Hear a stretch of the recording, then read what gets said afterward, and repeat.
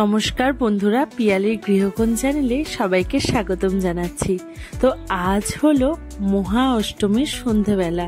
তো সন্ধেবেলার সাজটা ঠিক আমার এরকম ছিল, একদম হালকা কালারের একটি শাড়ি পরেছি। তোমরা জানিও আমাকে কেমন লাগছে শাড়িটায়। এই যে আমরা রেডি হয়েছি বেরোবো বলে। তো আজকেও কিন্তু মিডনাইট পর্যন্ত আমাদের আনন্দ, আড্ডা, হাসি খুশি সবকিছু হবে। তো সন্ধেবেলা একবার বেরিয়েছিলাম জাস্ট একটু আশপাশটা ঘোরার জন্য, আর রাতে আবার বেরোবো। তো স্টেডিয়ামে চলে গিয়েছিলাম। আর স্ট্রিট ফুড খাবো না সেটা কি কখনো হয়? পুজো মানেই তো একটু স্ট্রিট ফুড খাবোই।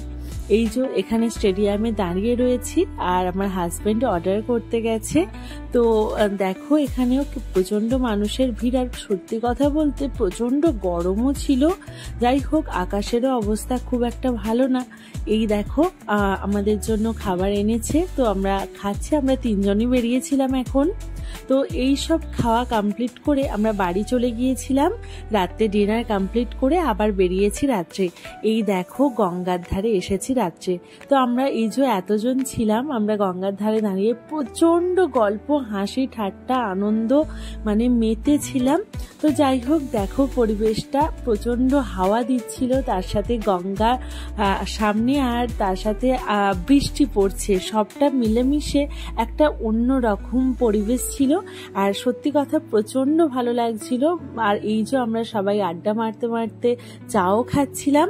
তো এই ছিল আমার একটা ছোট্ট মিনি ব্লগ, যেটা আমরা অষ্টমী রাত পর্যন্ত করেছি। তো 1:18 বাজে তোমাদের দেখিয়ে দিলাম। আর তার সাথে আকাশের অবস্থা প্রচন্ড খারাপ, বৃষ্টি নেমেছে।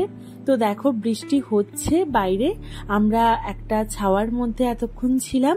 তো দেখো আমরা এবার বেরিয়ে যাব। আমরা অনেক আড্ডা মেরেছি। এই যে আমরা এখানে ছিলাম 3 জন, আর ওরাও 3 জন, টোটাল 6 জন, আমার ছেলেকে নিয়ে 7 জন।